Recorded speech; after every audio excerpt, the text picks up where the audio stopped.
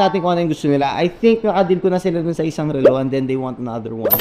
High intensity game to eh. Yeah, size 20. O tiga mo, ngayon ang ganda. Pero pag hindi ko sinabi yung mga facts about niyan, sabihin to, pangit, ano ba naman to? Ganda. Oh, nagbibit oh. Masabay sa beat. Ito ang gusto kong makita. This is the FP Jaune. This guys, ito talagang totoong grail guys. This is a tantalum, tantalum bracelet and case. Case. Tantalum is better even than platinum.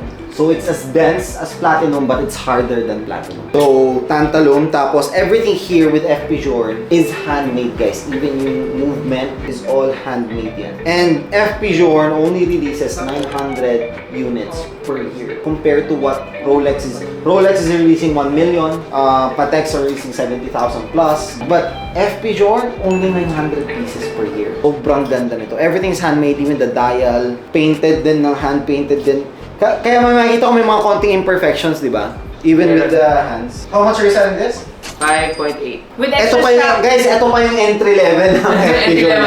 Extra strap, may blue. Pero iconic sa FP Jaune talaga pag blue at saka pag blue at saka orange. This tells you that you're wearing an FP Jaune talaga. Kasi yung mga limited editions ng FP Jaune are all in orange strap and blue dial halos. Limited edition ito limited na to sobrang limited na nito eh. You know if you know, no? You know what you know. What is this? We still have that. This one? Yeah, may amag na yung sa amin. Gusto nyo?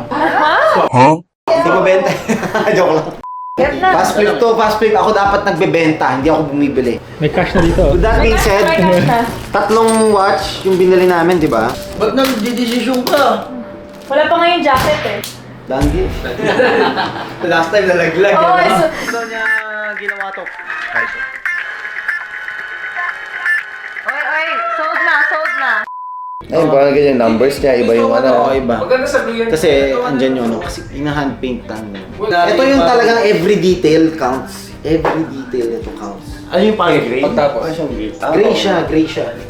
Para siyang platinum pero gray. Mas matigas pa yan kaysa platinum. sa akin. Oo nga, parang siyang darker ano yun, no? FP Jaune is the Picasso guys. Picasso of watch. Kaso,